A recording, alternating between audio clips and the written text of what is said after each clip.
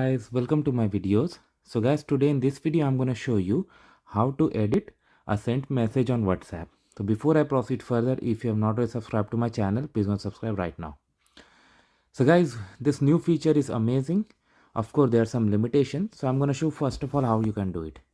So here on a contact I'm sending a message, hi, how are you? Sent. Then I realized, no, something was mistyped or something wrong.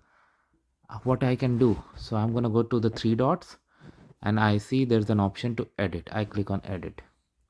So this is the message, how are you? All good.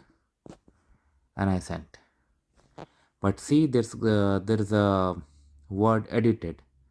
Okay, so that means the person who has received this would come to know that this message has been edited from the one that was sent before.